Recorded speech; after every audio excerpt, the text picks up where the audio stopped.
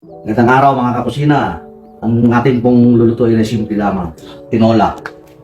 Yan, may chicken. Native na ano to, tinola kasi daw na malunggay na gamitin natin tsaka bunga ng papaya. May tanglad, siling green. Siyempre kailangan maraming luya. Lagay tayo sa sibuyas. Gigisa na tayo. Sabay-sabayin ko na yung ano. Luya, sibuyas, bawang, tsaka tanglad.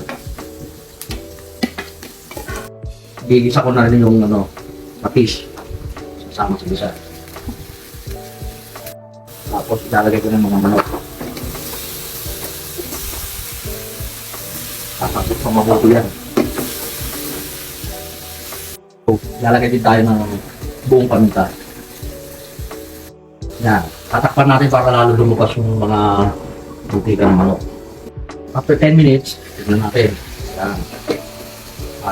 Ano na? Nagkita na ng pinanok. Yan gusto natin makuha. Ilalagay ko na rin po dyan sa pagbisa yung papaya. Kasi yan original na patinola papaya.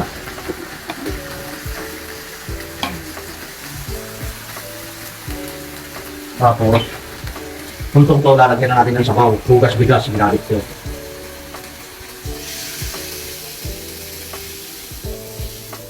Yan, lalakasan natin ang apoy. Yan, hugas bigas talaga yan. Yes, tatakpan na natin. Another 20 minutes yan. Oo, kinuha yung anong sa likod namin, yung malunggay.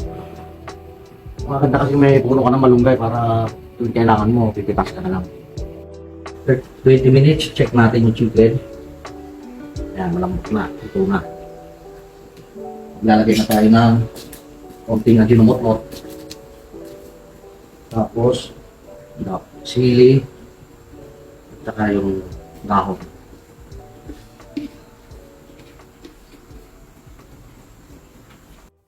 So 1 minute, luto na po, patay na ang tinola. Wow.